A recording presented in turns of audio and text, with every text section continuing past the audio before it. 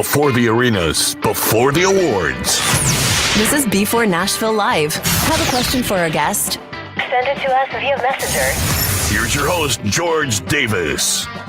And welcome back to Before Nashville, where we introduce the country stars of tomorrow to the country fans of today. And joining me tonight, I've got a portion, actually, I guess 1/4, is it? Or maybe it's that's fair to say, a quarter. All right. A quarter of the band, that's Miller Holler. And this is Pat. He's joining me tonight. So, Pat, thanks for joining, man. And how things going for you? Man, thanks for having me. Things are good. It's been a good day. Good. So tell me a little bit about where you're at and what's happening around you right now. Let's just start off with that. Okay. Like literally in the world, where am I at? Yeah. I'm in my kitchen right now. And my wife is upstairs with our 2 dogs, so they don't make too much noise. If you see my cat run across the screen right here, I'm gonna try and get him out of the way. But that's where I'm at in Nashville, Tennessee. It sounds like you've got the same problem I have. We have 2 dogs, 2 cats, and generally one of them is in here trying to be the executive producer of the show. So they love the attention, you know? Yeah, I know. Our male cat, which I'm outnumbered, we only have one other male beside me in the house. It's all females. That's my cat. Yeah, me too. Yep. So I have to, you know, he and I are buddies, and I have to keep him happy. And he likes to crawl up on the desk, and every once in a while I got to shoo him down. And of course, he doesn't like it, but that's all right. He'll get over it. That's right. Just feed him. Just feed him. That's exactly. And he lets me know when when I need to do that. That's right.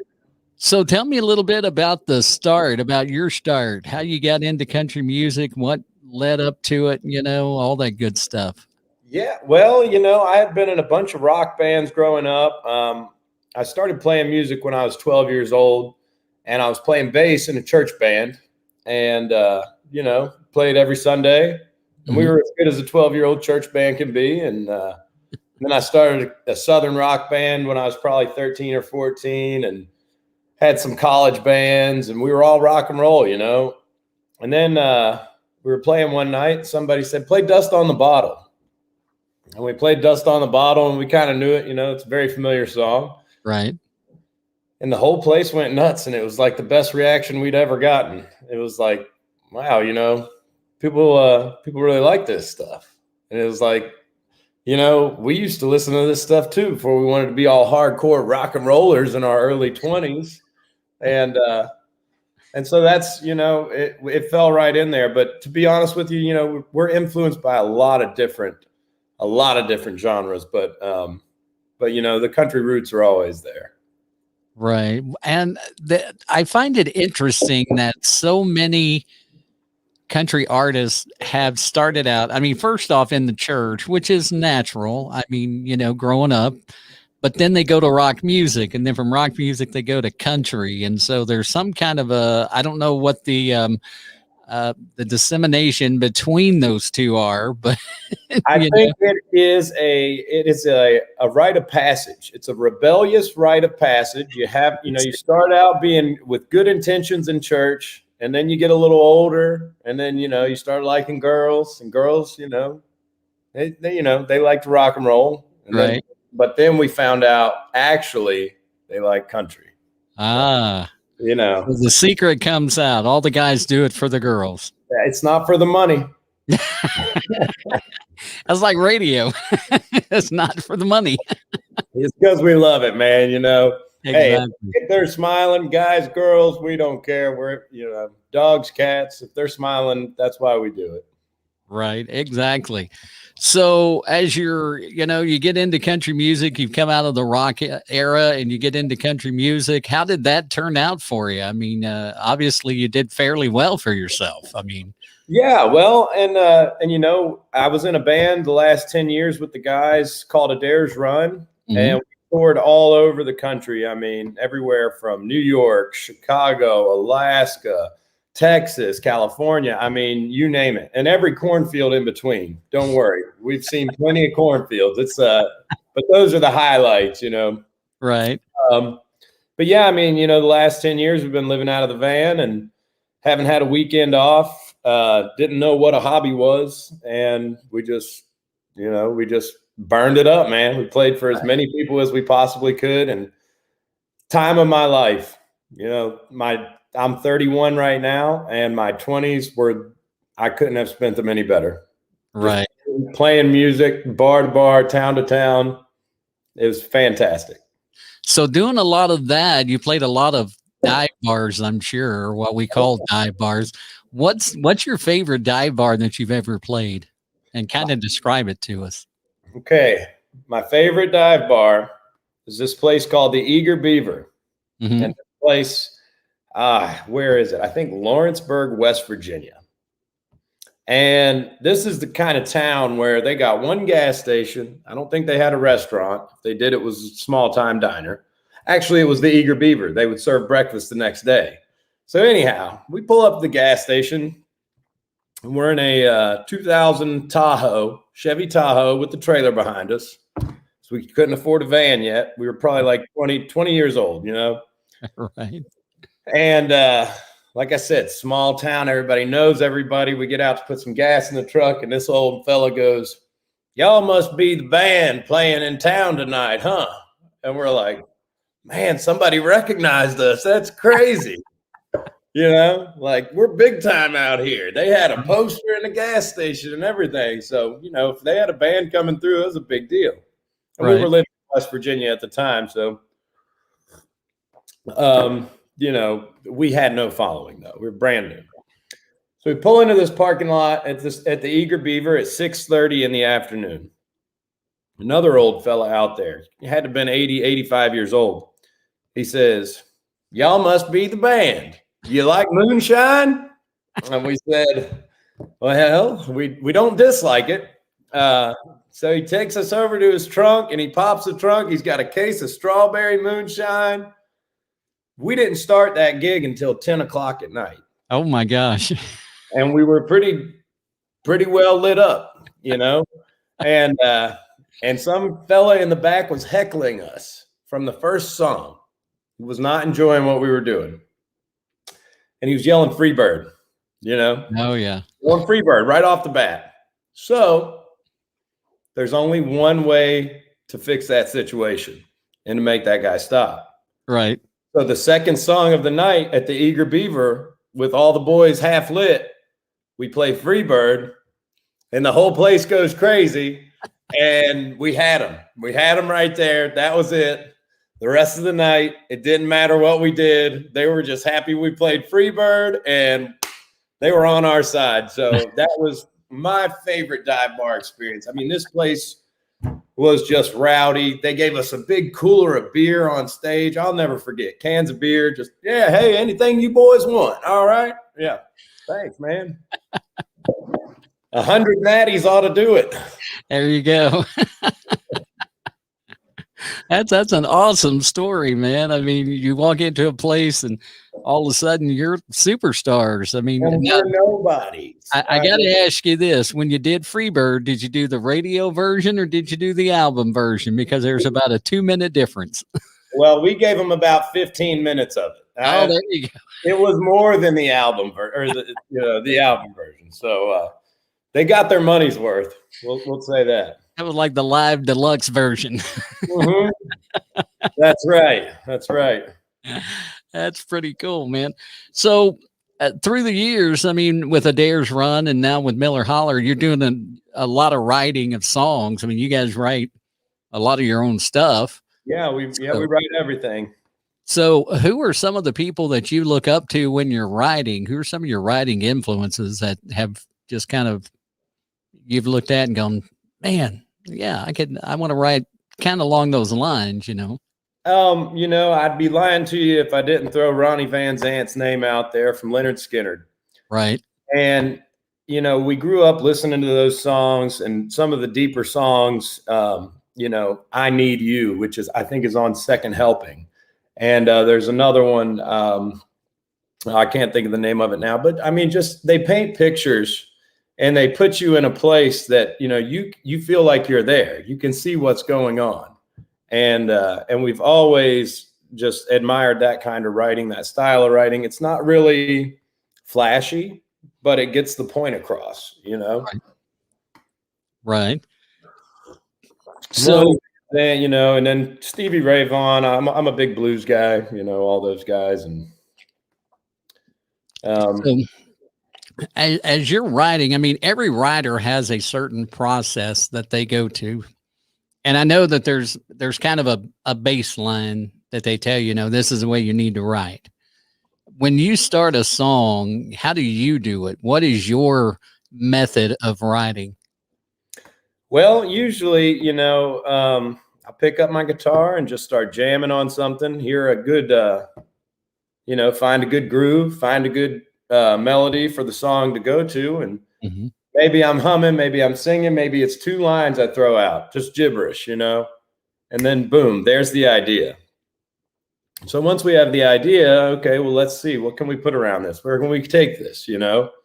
And you just start putting the pieces together. Well, now we've got a chorus. Okay, well, let's write a verse that leads into this chorus. How are we going to get this verse to make sense with this chorus? Okay, cool. Well, then, and you know, it's all things that you pull from your life so that you can make it personal, but it's putting the puzzle pieces in the right places, the right rhymes, you know, and making it sound good and appeasing to the ear, while still making sense and having a message to it, you know? Right. Yeah. I mean, it's very organic. Somebody will come up with an idea and we'll say, hey, let's write this, or somebody will bring a chorus and say, hey, help me finish this. You know, it's always fun to make it a group effort, but some songs we do write by ourselves and just bring them. And, you know, the cool thing about our band that is kind of, it's not unique to our band, but less and less bands are doing it in Nashville, but we all play on the record. So, okay, you know, we're very proud of that. There's a lot of guys that are studio players and that's all they do. And they play on all the biggest records, and you can hire these guys if you have the money, but we think our guys are good and we're going to put them on the record, you know, and there's no reason they shouldn't be on there. Absolutely. And that's one of the things that not knocking the studio musicians, because I mean, these guys got to make a living. One of my dearest friends. Check out my friends in Suncat. They play on all the Jason Aldean records. Okay, if you've ever heard Jason Aldean, I might have heard the name once or twice. I don't know. An hour. Right.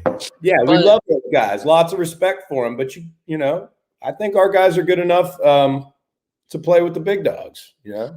Now, when you guys record, do you generally do it in tracks? I mean, you know, like you go in and you track a part of it, or do you like to do it what I call live, where you're all in the studio at the same time and you just start cranking it out because you know what you want it to sound like?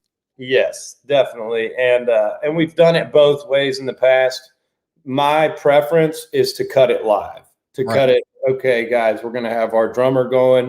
We're going to have a guitar player, a bass player, acoustic, you know, something going. And then you can dissect those tracks. You're not all sitting in the same room. So I don't know if, you know, if anybody listening is familiar with how recording works, but you don't want the drum sounds to bleed into the guitar amp. Right. Because all these microphones are very sensitive. So I might be sitting here in the kitchen tracking an acoustic. Somebody might be, you know, back there in the shed tracking drums, and but we're all together on the same headphones, you know. Right. And that's how you get that feel, that good live kind of, you know, flow. But it can be achieved other ways. But I think, to me, that's I think that's the best way to do it, just personally. Yeah. So with COVID, has that kind of put, because I mean, you said you guys write most of your own music, but I'm sure you still do co-writes with other writers. Have you been doing the Zoom writes and doing anything live, and which is your preference? Yeah, we have been doing some Zoom writes. Zoom writes are fine. I really thought that I was going to have an issue with them because I just, you know, I've never done one. I had never done a Zoom write until COVID had forced us into that kind of realm.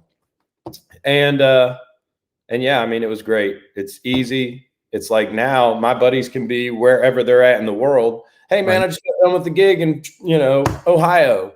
You want to write tomorrow morning? Like, yeah, great. You coming back to Nashville? No, I'm going to be up here for a week. All right.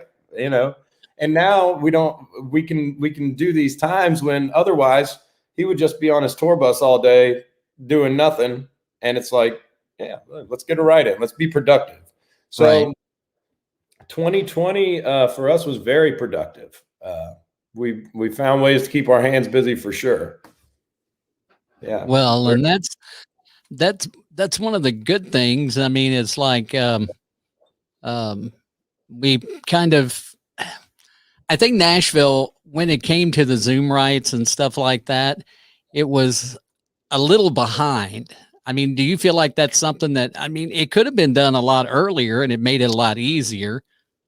And like it was never a necessity. It was always, hey, we're meeting down at this room or this guy's house or whatever. We're going to Music Row. And it's like, yeah, okay, that's where we write. We go to Music Row and we write, or we go to, Jeff's house or wherever, and, so it opened it up, and it was just like one of those things. If it was a snake, it would have bit you. It's been there the whole time. We just weren't thinking about it. Right. And is this something you feel like is going to carry on even after, say, COVID takes its hopefully final leap off the Grand Canyon? I hope it does, because it really is just making everybody more connected. I mean, I've got a buddy, my buddy's out in Iowa and California, or my buddy's out in Alaska or wherever where they live. And a lot of guys that I've met who come to Nashville, to record or to write, and they say, hey, man, I booked a whole month. I rented this apartment for a month. It's costing me out the yin yang. Let's write. We have to get good stuff. I'm only here for a minute. And now that pressure's not on. That pressure is good sometimes. You can write a good song while a guy's in town. But now it's like, hey, man, if you ain't feeling it today, I'll see you tomorrow. It's not a big deal. You're still doing your thing out there, and I'm here, and we'll be here because it's so easy now. So it really has been beneficial. Yeah. So how have gigs been for you guys with COVID, say, over the last 90 days? Last 90 days, it's been great. So here's how things went. We played our first gig February 28th, I think, of 2020. It was our very first gig as Miller Holler. Okay. And then we got shut down. Then we didn't play another gig. Then we started playing the Wild Horse into last year, which is downtown Nashville. Beautiful venue. You'll see a lot of our stuff online, and that's kind of our hometown home base. Right. So we just recently got back into the Wild Horse, played there the other night. We've been playing at a few places around town, doing writers rounds. Right. We hit the road a couple times, did some college gigs up in Illinois and then down in South Carolina. And we'll be opening for Molly Hatchet in South Carolina next month. But I mean, we got some cool gigs coming up, man, and we're booking them all the time. We're kind of, we find our niche in the off-road community. Me and our bass player, we're Jeep guys, and we've got all kinds of buddies in that community, and we work on them, and we just love being around the outdoors. That's our thing. When we're not playing music, we want to be out on the trail and just enjoying some good, friendship and good times. So we've actually landed a bunch of events at like off-road shops, off-road parks, benefits that we never would have known about. And so that we have a lot of that stuff lined up, man. It's going to be an exciting year. That's awesome, though. I mean, to know that you're getting out. I mean, 2020 was a bad year. I mean, it shut everybody down, and you couldn't get nothing done. Just when you thought it was going to be a great year, then COVID hits, and it's like boom. So yeah, I mean, we were geared up for the year of a lifetime. We're like, guys, we're going to be rolling in the dough by the end of this year. We're sitting here, we're practicing, we're rehearsing. We got all these gigs lined out, booking agent. Well, then COVID hits. First person to go under is a booking agent. And then boom, then the bars, the bars went, and then the booking agent said, well, now we have we got nothing on the bone here. Right. So, we're booking ourselves right now. We're booking ourselves. We're recording ourselves. We're writing all this music and just busting our butt behind the scenes. But it's so that we can go out and get in front of people and do what we love to do, which is, like we said, just making people have a good time. And after 2020, people need a good time. Amen to that, brother. I mean, dude, and the little bit that we've been able to deliver to them so far, it's been phenomenal. In Nashville, they're still not doing dancing, but you can see people just on the edge of their seat, man. They're just clawing. They're ready to get out there during Give Me 3 Steps and tear it up, And Right. So I think once we lift all the restrictions and we do what we've got to do to get back to normal, bring your fire extinguishers because we're going to burn the place down.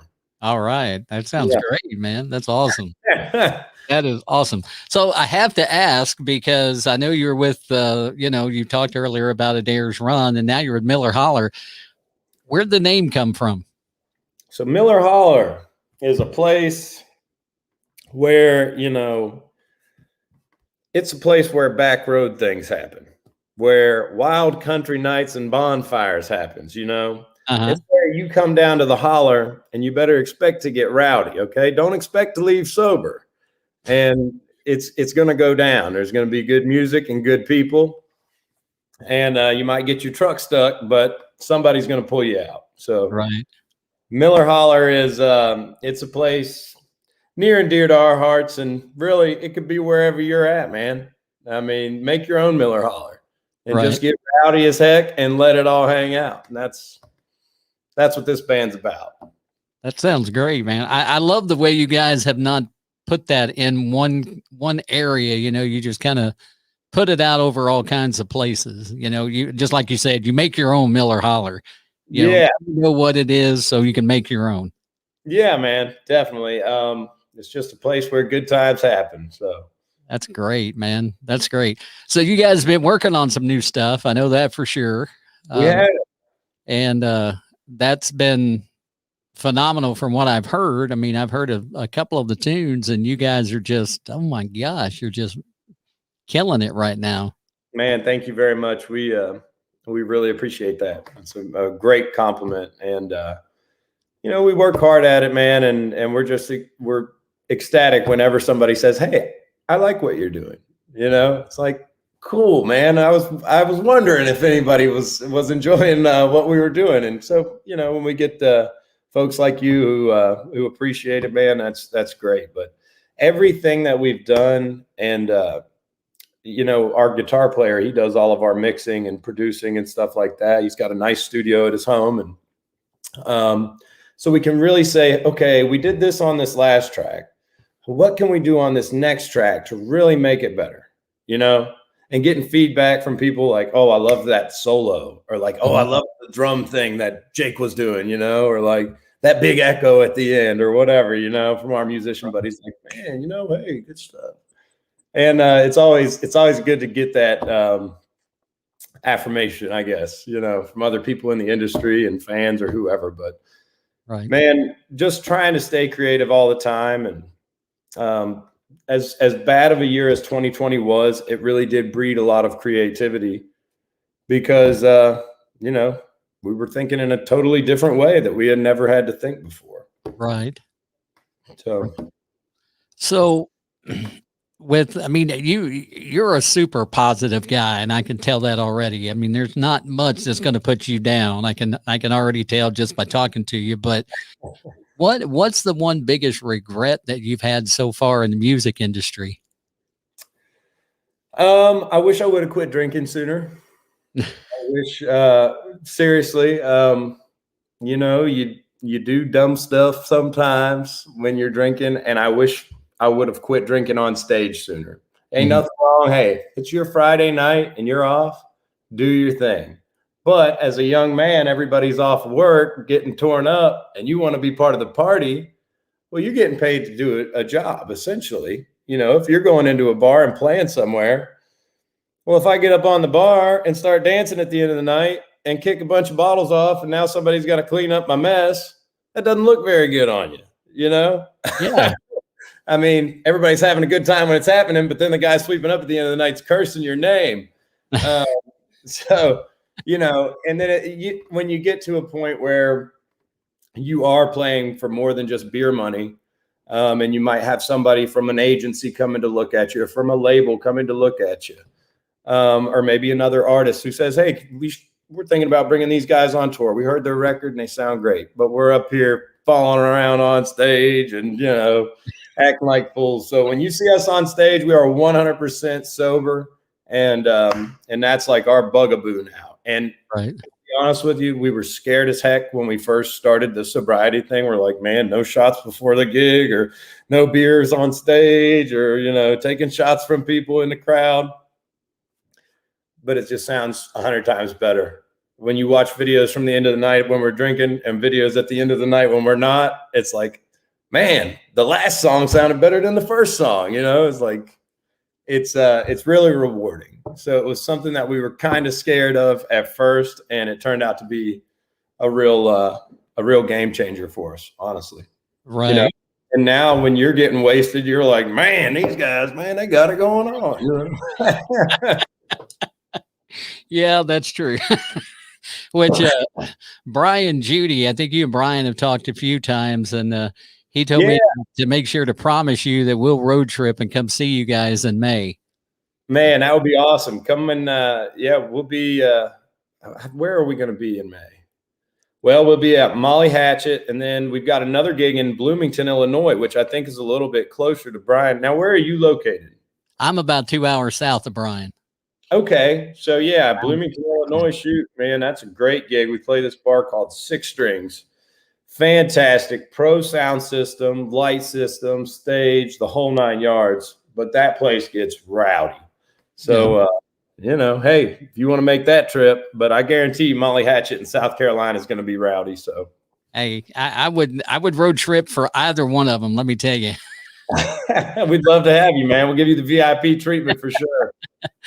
The first part of May, I'm going to be out. So we'll have to figure out exactly what the dates are, because I think like the 4th through the 7th, I'll be in Utah. Oh, what part? I'm not sure. It's a business trip for my wife, and she's so kindly asked me to be her +1. So. Rock and roll, man. Utah is beautiful. Oh. Yeah, this will be our first time in Utah and our first time to fly. So, really? Yeah. You've never flown? I've only flown in small planes. I've never flown commercially. Oh, man, the big planes is where it's at. Yeah. Don't put me on a small plane now. Don't get me on one of those crop dusters, man. That's what they put you on in Alaska. And you're grazing treetops. Yeah. When I was in college, I was actually going to try to get my pilot's license, and they had to cancel the classes because they didn't have enough people sign up. And because I really wanted to do that. And I figured, hey, I'm paying a lot of money to go to college, and I might as well get it here. That's right. And so, but I guess Rachel says May 22nd in Columbia, South Carolina. Is that the Molly Hatchet show? That is the Molly Hatchet show. Well, we may be heading to South Carolina in the end of May, toward the end of May. That'd be a great show to go see. And that's another great venue, place called Skyline Club in Columbia, South Carolina. But fantastic venue, fantastic people down there. Really, at any of these country venues, I haven't met too many people that we don't really get along with. So, right. Any place you come out, we're guaranteed to have a good time.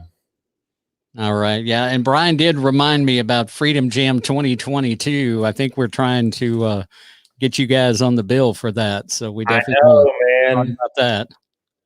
We were trying to get on this year, but I believe he said the venue was not finished. They've already got one show sold out, and then they were trying to get another one at this new venue. And right. 2020. So, it threw a wrench in it, and they still haven't completed. They were supposed to have it completed in February, and still don't have it completely done yet. So we just kind of said, well, I don't know. So we've gone to just planning the one in St. Louis, which, I mean, we've got all kinds of artists. Next year, we've been approached by Texas, by, I believe, Wisconsin or Minnesota, somewhere north. And then it's Missouri again, and who knows from there. I mean, next year could be just so huge. It's going to be, Brian was actually on a podcast and of a friend of mine up in New York, and they wanted us to come up there. Oh man. What part of New York? Up in Watertown. I want to say I've played in Watertown. Is that like way up north? I don't know exactly where it's at. My buddy Skip Clark, he does Skip Happens podcast, which, by the way, when you get done checking ours out, you can flip on over to Skip. He has a great podcast too. I want to throw that out there because we try to promote each other, but check him out as well. And but I believe they're up in Watertown, New York, and he's with the Wolf. Okay, yeah. Up there. So he's a great guy, and so like I said, they've approached us. So we're looking at a lot. So we're going to have a lot of artists. If we got all these planned out in a year and got it done right, we're going to have a lot of artists we're going to have to be in contact with. Man, well, you've got a great event, and it's for a great cause, and I think that's why so many people want to be a part of it. And you're going to have a lot of success with that event for sure. Yeah. Oh, we appreciate it. And I'll just quickly tell folks the event we're talking about is Freedom Jam, and it's going to be going on in Eureka, Missouri this year at Brookdale Farms. Tickets are $30 for general admission. You can get them on Eventbrite, $50 for VIP, which gets you a couple of drinks, and you get to jump ahead of the meet and greet lines for pictures and autographs and stuff like that, special seating. And so it's going to be a good time. We're really excited. We just had a meeting this past weekend about it and getting everybody on board, and man, it's going to be phenomenal. Yeah, that will be an excellent event, man. And for an excellent cause, you just can't beat that. Yeah. All the money goes to Operation Triage, which they help out vets. And if they need vets, first responders, and active military, if they need an upgrade in their home, a door widened, a wheelchair ramp put in, they built what they call safe rooms for vets with PTSD where they can go decompress. Then they have some activities that they do as well with PTSD vets. And I think all that's done down in Texas. And so, it's just, the organization is great. OperationTriage.org. Go check it out online because it is just phenomenal. And the things that they do is just unbelievable. Yeah, man. God bless those guys, and who put that on and who helped these veterans, because those guys do so much for us. And they deserve to be treated better when they get home. And it's great to have resources like this. So. Oh, absolutely. Absolutely. I mean, we've got double Purple Heart vets that we've worked with, redoing a basement, redoing an entire home. One of the vets, his mom, when she passed, he inherited her home, and it was dilapidated and it just was not in the best way. So they tore it down and built a new home. That's awesome. So, I mean, and if you want to check it out, if you're, and I'll throw this out there real quick, if you're a business or an individual and you want to sponsor, then get in touch with us. You can shoot me an email at b4Nashville@gmail.com, or you can also send an email to freedomjamstl@gmail.com, and we'll make sure to give you all the info on that. And not to take time away from Pat and everything, but now you guys, like I said, you guys have been doing a lot of good stuff, and you've been in the studio. You got some great music. So why don't we just share some of that with them? Because you got a new single you just sent me that's called Got It Made. Yeah. And we'll play that. Once we get back, then we'll discuss the song a little bit and where it came from. I do want to remind you, as always, b4Nashville is powered by Go-Go Tuners, and they were started by longtime professional musicians who just wanted to figure out a better way, an easier way to tune your guitars, and they came up with it. They have this incredible technology called Green You're In, Red You're Out. That explains everything right there. I'm not a guitar player. I can't tune a guitar, but with these, all my guitars sound good, at least to my ears. So maybe they're not in tune. I don't know, but they do sound good. So check them out at gogotuners.com. Let's get into music. Here's Miller Holler with Got It Made on b4Nashville.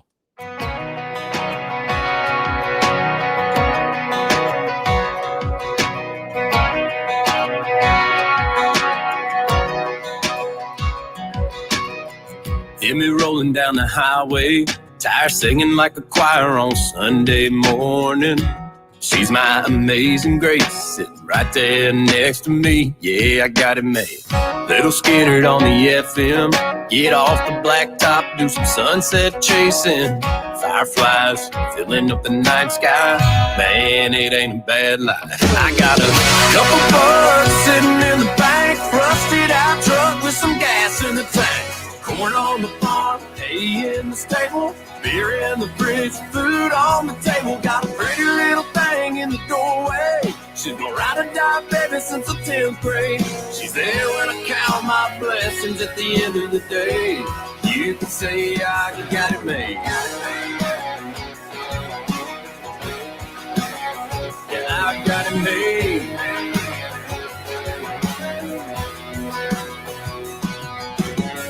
Got some buddies I can count on. Don't let you leave the party till the 30 racks gone. Sitting reminiscing about the good old days, and there's a lot more left to make. Yeah, I got a couple bucks sitting in the bank, rusted out truck with some gas in the tank. Corn on the farm, hay in the stable, beer in the fridge, food on the table. Got a pretty little thing in the doorway. She's my ride or die baby since the 10th grade. She's there when I count my blessings at the end of the day. You can say I got it made. I got it made.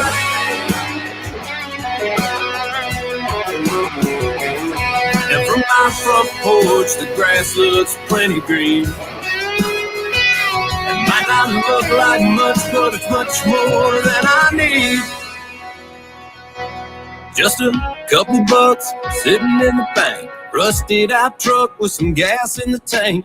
Corn on the farm, hay in the stable, beer in the fridge, and food on the table. Got mom and dad pulling in the driveway, family gathered around the table at my place, counting our blessings together at the end of the day. And I know the good Lord got a few more on the way. Yeah, I got it made. Yeah, I got it made.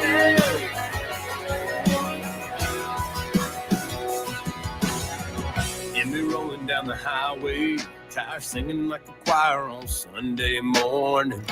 She's my amazing grace, sitting right there next to me. Yeah, I got it made. All right, that's Miller Holler with Got It Made on Before Nashville. We're introducing country stars of tomorrow to the country fans of today. You guys got some super fans on here. Rachel and Alicia are both just commenting left and right about what's going on. So that's they are super fans for sure, and we appreciate the heck out of them. That's great, man. And that's the kind of relationship like you were talking about earlier. You know, you go into a town and they start saying, "Oh, you must be the band playing tonight." You go, "Hey, we're known. You know, people know us. We've got a following," and you're starting to build that up, and that is so cool. How long has the band been together? The group that we've got, the band Miller Holler, started, just at the beginning of 2020, but myself, the drummer, and the bass player have been playing together for about 6 years now. Okay. We added our guitar player, Johnny Cotten, who happened to live right down the street from me and has the studio and records all the music. And it was like, the guy was just a godsend when we needed somebody. And it was like, wow, it never happens. You don't ever find the right guy the first time, and he's our guy. And, so Johnny, the only bad thing about him is that he's so good, and he's got a gig on Fridays here in Nashville playing with some really, really top-end musicians who have played and are playing with some really, really famous bands. But those bands aren't playing right now. So so they've got a killer band on Friday nights. If you're on Broadway in Nashville, Friday night, Mellow Mushroom, the last place you would think. Right. Go get a slice of pizza and listen to these guys, and you're going to be like, why are we not saying their names? Right. But man, I mean, the group that we have, I feel just, more than blessed to be playing with these guys because they are phenomenal, world class. And they've all been on world class stages. We all have, right. But I consider myself the worst one in the band, and I love it because I can just kind of sit back and watch these guys do their magic. And I'm like, all right, like I don't have to work that hard. You guys are just killing it. And, I'm having a good time listening to you. And then I look out and I see these, everybody else having a good time listening to them. I'm like, all right, all I got to do is sing. It's easy. That's no sweat. So really, I mean, we're in a great spot, great position. Like I said, just the talent that I'm privileged enough to play with on stage. It's a dream come true. It really is. So let's go back to, and I don't want to dwell on this a whole lot, but let's go back to Adair's Run for a minute, because that was a duo. It was you and your partner, and his name escapes me because I did follow you guys. I checked out your stuff when you were Adair's Run. Yeah, thank you, man. And so how do you feel now compared to then, as far as overall, and not do you feel like that you're in a better place, or you feel like you're getting to where, maybe equality? I mean, am I making sense with the question? Yeah, man, I think Adair's Run taught us a lot about how to market music, how to make music that sounds appealing. We had a great run with Adair's Run. Mm-hmm. A lot of success. We had a number 1 on CMT 12 pack, and a bunch of other accolades that I just escape me right now. But I mean, it was very fun, but it was a lot of growing pains. Like I said, we started out playing for beer money, and honestly, that was a great time because there was no pressure. But then once you start getting bigger and bigger, and there's more eyes on you all the time. And you're really, it becomes more so a business than a band. And, music is my passion. It's my escape. It's my therapy. It's my doctor, it's my medicine. And when you make it something that's just kind of like, well, what's going on right now on the radio? Well, if we don't write something that sounds like that, then it's not good. And it's like, it's not, to me, it wasn't a very healthy approach to the music. A lot of the guys, it just turned into a job. Hey man, I'm here, I'm on time, pay me, Right. We all clock in and go. We always had a fantastic time on stage, but that's 0.1% of it, that is the smallest portion. That's not the hours on the road in the van and, whatever else, having to be places all the time. And when's the photo shoot? Well, make sure, don't eat pizza the night before the photo shoot, or you ain't going to fit in your clothes. And it's like, oh my gosh, man, like this is, you do that for 10 years and you're just like, man, like, is this going to pay off? So we kind of split ways. And me and the boys we said, hey, we're going to go out there and rock because we like to have fun. We like to bring it. And that's what we do. Adair's Run kind of ended because my partner and I, he didn't really want to tour anymore. And I get it. We were kind of all at each other's throats at times. It was just getting to be a lot, and it was getting to be tough. And so with Miller Holler, man, it's just a breath of fresh air. We're playing stuff that we like, and we're saying, hey, if it sounds country, we're gonna make it sound country. If this song sounds like Sublime, we're gonna make it sound like it had Sublime influence on it. If it sounds reggae, it'll sound reggae. If it sounds rock, it'll sound rock. We're not gonna limit ourselves, and it's not fair to us. It's not fair to our listeners, man. Everybody sits here and they say, I grew up on Willie and Waylon and Merle Haggard, man. It's like my generation especially, we were exposed to more music than ever before, of more genres than ever before.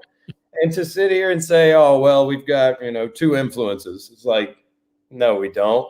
I'm influenced by Leonard Skinner as much as I'm influenced by Snoop Dogg and Dr. Dre.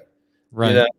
And I mean, it was just a cacophony of everything. LimeWire, Napster, now Spotify, Apple Music, Pandora.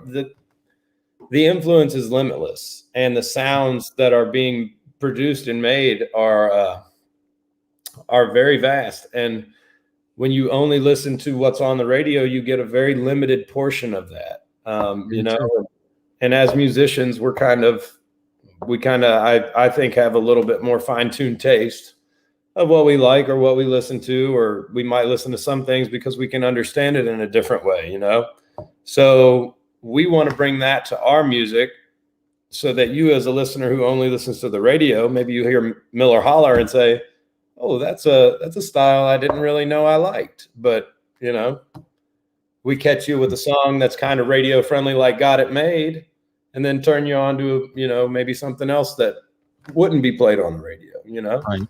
But still something that we love and really enjoy. And so you might find something new that you didn't know you liked. Exactly. And I think that is, I've had a lot of conversations with artists about one of the questions I like to ask is if you could put your music into a subgenre, because to me, country is, it used to be country. That's all it was. It was just country. And I'm not slamming that. I'm not, ripping on Alan Jackson and, the 90s country or Garth or Doug Stone or any of those guys. I mean, that's the music that I love. I mean, I love the 90s country. Yeah, man. And so you've got subgenres. You've got classic country, if you want to call it that, the Webb Pierce, the Hank Sr., and Conway Twitty and those guys. And then you get into the 90s country, but then you got country rock, country pop. There's country rap, there's so many different subgenres in country music that make it appealing to everybody. Yeah, definitely. Well, and that's, if we had to categorize ourselves, we've come up with this thing called skunk rock. It is Southern country funk rock. Okay. And so we call it skunk rock. And, if you want to get skunky with us, then we'd be more than happy to have you, because it's going to be a good time, But all those elements, it's like you say, we listen to so many different things. Right. So yeah, that's us, man. Miller Holler. We ain't the prettiest bunch in the world, but we have a good time. I'll tell you that much. Well, I got to say this, with calling it skunk rock, and once you explain that, I can see the T-shirts flying off the shelves. I'm no marketing guru, but it had a ring to my ear. Yeah, exactly. I'm thinking, let me see here. If I was designing a T-shirt, how would that be? How about a skunk with a cowboy hat playing a guitar? Yeah, maybe some not an acoustic, lead guitar. Maybe some glasses, like he was also playing bass in Parliament or something like that. Like big rhinestones, Some of those Rick James or something, glasses, or even Elton John type glasses. Elton was big on the glasses. He had some classics, so there you go.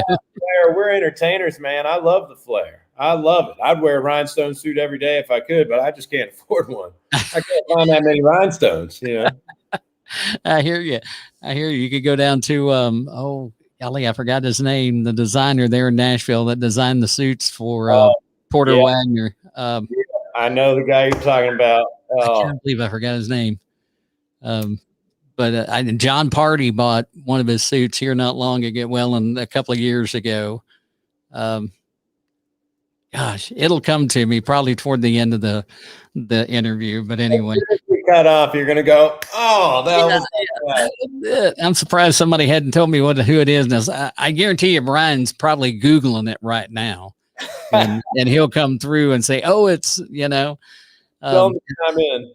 Yeah, but so I mean, you guys have the sound that y'all have. I mean, even when you call it the skunk rock. Like with Got It Made, it's kind of you think it's going to be maybe a little bit of a slower song. It's got a good medium tempo to it. And I love that. I love the tempo on it. I love the entire song. I mean, it sounds great.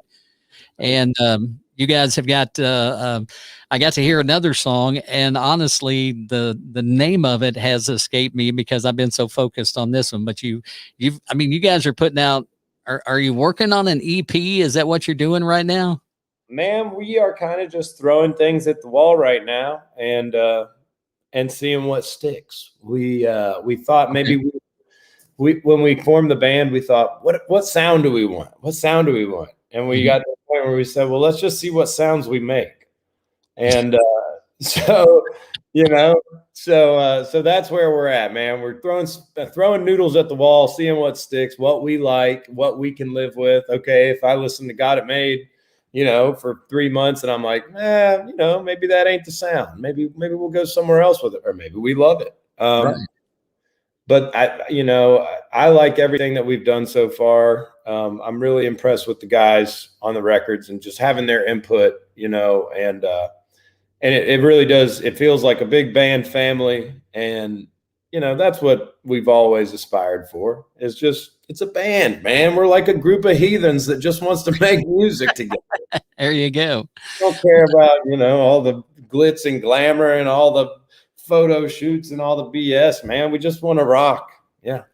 That's one of the things that I love, especially on an album. I'm a big album guy, and I love how you can go from I Got It Made, and you can go into a song a little bit later on. And since you're touring with Molly Hatchet, I'll throw this one out there, like Flirting with Disaster, and you don't have to stick to, this is our sound, because on an album, you can go wherever you want to go. It's like, it's like a free ticket to a trip around the world is the way I look at it. That's right, man. And look, when you make a playlist, it's got a little bit of, everything on it. Yeah. Mine did as a kid, you'd have, okay, what do I want to listen to? It was a country song. It was a rap song. It was a rock song. It was, whatever. Mm-hmm. And so, we thought, hey, there's no reason why we can't do that and just be the all-in-one band playlist. And you turn on Miller Holler, you might get a heavy rocking song, or you might get one that makes you have the feels for your lady, or you might get one that's like, man, it's just time to lay back and chill, Right. And that's our next single we're releasing. It's called High Cotten. Mm-hmm. So in the South, if you had high cotton on the farm, that's a good harvest. That means we're going to make some serious money. Right. You're sitting in high cotton, times are good. So that's it, man. We've been working all week, and end of the week comes, and we're sitting in high cotton. So that's the premise of that one is just like, man, we've been busting our butts, but we did make some money. We did, we will be able to eat and feed our dogs this week. So there you go. Yeah. So let's do this, because we've talked about playlists. We've talked about, various genres and stuff. If I looked at your iPhone and the music that you're playing, or your phone, I'll say that it may not be an iPhone, but if I looked at your playlist, what are the top 10 songs you're checking out right now? All right, here, I'm going to just get you. Oh, my boy, Tim Montana. Got Tim Montana. Oh my gosh. But he just released the new album, didn't he? Yeah, he did. Called Long Shots, which my buddies in Suncat working on. So another plug for Suncat. He's going to owe me some money. That's $100, guys. 50 times or $50 every time he stands up with a shirt on. Per band member. So there's a few of them. But here's what I've got right now. I've got American Thread album by Tim Montana. I have Dr. Dre and Snoop Dogg. I have Kid Rock. Let's see. Kid Rock, Limp Bizkit, Megadeth, and Lamb of God. That's on there. And then I've got Brad Paisley. Let's see. John Party. Okay. Still scrolling. Red Hot Chili Peppers. And then I'm a big podcast guy. I'm a big time podcast guy. So when I'm out working on a Jeep or just cruising down the road to a gig, it's just I like to learn. I'm always learning. learn. I want to find something out, and I'm a truth seeker for sure. So whatever I can, whenever I can educate myself, that's a treat as well. And that gives us inspiration for new songs, Yeah.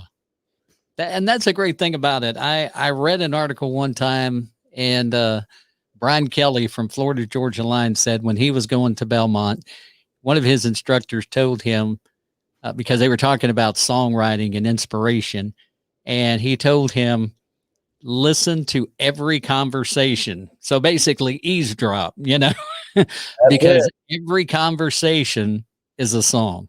That's true. There's a song in every conversation, man. Right. There really is. And, I was riding with one of my buddies today, and he said, man, you think it would be all right if I did this with my business? And I said, well, man, if it's all right, it's all right. And he goes, that's a song. And I said, all right, yeah, maybe we'll work on that one. But there you go.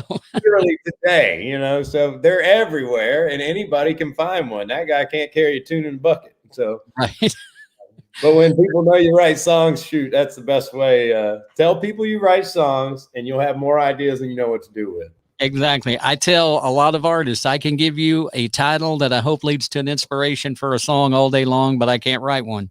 I can come up with some good titles. You just have to take it from there, You can write one. It just, it might not make the record, Right. It might be one that would just hang on the fridge, and, that we all write those. I write those all the time. So they ain't all winners. Right. It's kind of like the 5-year-old pictures that they draw in school, the like Luke Combs song, Refrigerator Door. That's where they go. Very good. Yeah. Good job. Exactly. You get accolades. My wife would say, oh, honey, that's fantastic. And I'd go, oh, honey, you're biased. My wife, I go, what do you think of that? What do you think of that demo I just played? She goes, no, I really like that. And I go, yeah, but you got to say that, we're married now. So, I mean, that's in the contract. That's in the contract. Just remember that. That's right. For better, for worse. That's where that one comes in at. Yep. I've been with her long enough. I can kind of tell when she's being sarcastic, Yeah. Oh yeah, that's a good one. Mm-hmm. You got to be able to read them. You got to be right. Yep. They're like a book, man. They're just like a book. So let me pose a couple more questions to you real quick. This is one of my favorites to ask. You get a phone call tomorrow, and it's from, and I kind of categorize artists into A, B's, and C's. It's an A-list artist, and they say, I'm taking Miller Holler on the road with me for a tour. Who's going to be on the other end of the phone whenever they call you? Who would you love to go on tour with? That artist. Oh my goodness. Man, that is a tough question. I'd love to go on the road with Tim Montana. I think he's an awesome dude. He smokes cigars and cooks briskets and rock and rolls with the guys in ZZ Top. So, I mean, that would be the experience of a lifetime. Tim Montana or Blackberry Smoke. That's my all-time, as far as new Southern rock goes. Yeah. Guys are keeping it alive. I love some Blackberry Smoke, man. Love those dudes. They are great. Yeah. Awesome. So there's a mirror to this question, so to speak, because now we see the other side where Miller Holler has been granted success and they're going out on their own arena tour and they get to hand pick who's going to open for them. So if you could hand pick 2 artists to take out on tour with you, or bands, they don't just have to be solo artists, who would you choose? Who would you place that call to? Okay. That's a good question. That is a good question. I'm going to bring my buddy Styles Hari. If you haven't heard Styles, he's an awesome dude and has some great tracks. Mm-hmm. I mean, he's way bigger than Miller Holler. But if we, for some reason, got bigger than him, we're taking him because I love the guy. So we'll take Styles and, oh, man, my friends in Osborne, Nash. I don't know if you know those guys, but they're from upstate New York. and just great folks. They always support us whenever they're in town. They come out to the gigs, say hey, you know, and to have support from a musician, from other musicians, man, that's, you know, that's a really nice compliment. So just people who are in the grind with you and in the pit with you. So. Right. Brian said that you could take him out on tour with you, but my suggestion would be, if you do that, you make sure to put like a very heavy shroud around him so nobody can see him. Because they're going to throw something. That's all right. Hey, we need a hype man. So there you go. You know, it's not off the table. he could do that for you. Sounds good, man. We'll make it happen. So, these are the type of conversations I really like, because I'm telling you right now, I'm looking over my questions and I've asked a few of them, but I haven't had any need to ask a bunch of them. But where do you see Miller Holler in the next 5 years? Hopefully out of prison. That's really a big goal of ours, and it hasn't always been the case. But next 5 years, man, I say, you know, we've got a few folks who enjoy listening to us, and we got a few good places where we could show up and pack it out. And when you see the Miller Holler bus out front, you know it's going to be a good time. That's the kind of reputation we'd like to grow over the next 5 years, and just reach as many listeners as we possibly can, and just have a good time, man. Life's too short. We've all been through struggles, and last year was a great test on a lot of folks, and on the world, you know, and it brought a lot of perspective, man. We just want to have a good time, rock and roll, grow a fan base, and keep making music. So Miller Holler in 5 years, I hope we're all happy. I hope we're all playing music, and I hope we make a lot more good friends. Well, that's amazing, man. I mean, and it's always what you want to do. That sums it up right there. You know, you want to be happy, you want to be doing what you love, and you want to be surrounded by good people. I think that's one of the best pieces of advice I've ever been given, was that right there. And that's a great way to put it. So, let me, okay. Brian asked this question. I'm going to have to put this in my questions because I really like this. What is your favorite song to cover? Favorite song to cover? Man. Well, it's either we do Master of Puppets by Metallica into Tennessee Whiskey by Chris Stapleton. That's a fun one. Either that, or we do Fishing in the Dark into Hicktown by Jason Aldean. And those are two mashups. They just go great together, you know? Right. So either Master of Puppets into Tennessee Whiskey, which is polar opposites, but fun to play, or our version of Fishing in the Dark and Hicktown. I think I think those would be our favorite covers to play. That sounds to me, because I love to hear that kind of stuff. That sounds to me like worth the price of every ticket. Right there. Hey, it'll get some attention. It gets attention. You know, if you're nodding off and then you hear Master of Puppets, you perk up usually. Right. Yeah. Because you're wondering, what?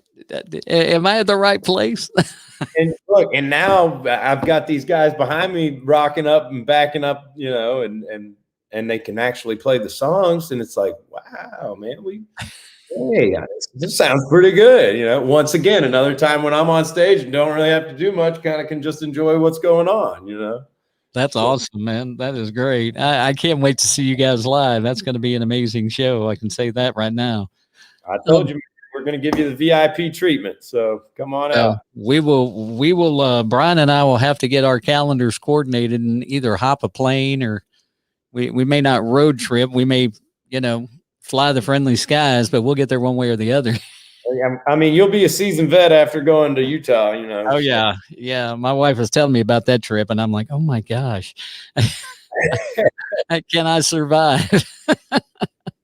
We'll fly in and we'll pick you up at the airport, and we'll take care of you the whole weekend. That sounds great. All right, Brian, you heard it. So we're gonna have to get this done. So where can they find Miller Holler as far as social media goes? Check us out. You can find everything at www.millerholler.com. That will take you to our Instagram, Facebook. We're on TikTok sometimes. It might just be a goofy song or just me cooking some steak and eggs. Steak and eggs, for some reason, has the most views out of any of our TikToks. I don't. Anyhow, but yes, millerholler.com. That's got our tour dates. So where we're going to be, our merch store, which you can get all kinds of cool Miller Holler merch. We've got a sweet mug. This is actually a Waffle House mug. It's my favorite mug that I drink out of every day. Oh, yeah. We made one that says Miller Holler in the Waffle House print. And that's my new favorite mug. This one's got as heavy as that one is, because those Waffle House mugs, man, them things are heavy. Yeah, they are. They can, this is the real assault weapon right here. Yeah, I started to say they second as an assault weapon. And you'll be drinking out of plastic next time you go to Waffle House. Exactly. So beside the socials and you got music out there, you got it everywhere, all the streaming platforms you can be found. Obviously, everywhere you listen to music, man, Spotify, Apple Music, iTunes, Amazon Music. Miller Holler. Simple. We're the only ones. You can Google it if you don't know. If you forget any of that, millerholler.com or just Miller Holler, but you can somehow remember the name, just type it into Google. We're the only ones. Right. Yeah. Easy to find. Awesome. We need to be less easy to find, so when we commit crimes, we're, less easy to find. Well, you just have to stay out of the post or off the post office wall. That'll get you. And Crime Stoppers. You don't mess with Crime Stoppers. Those guys find everybody. Yes, they do. Yes, they do.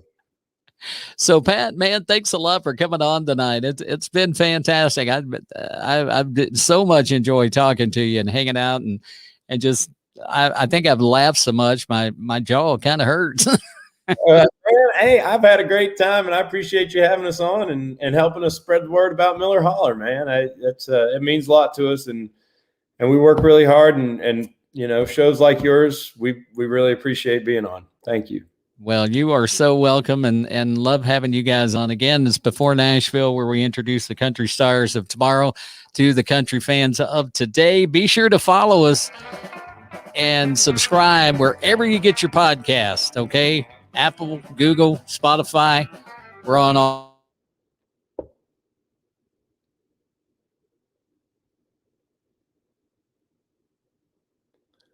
I think I lost you. I lost audio at the end.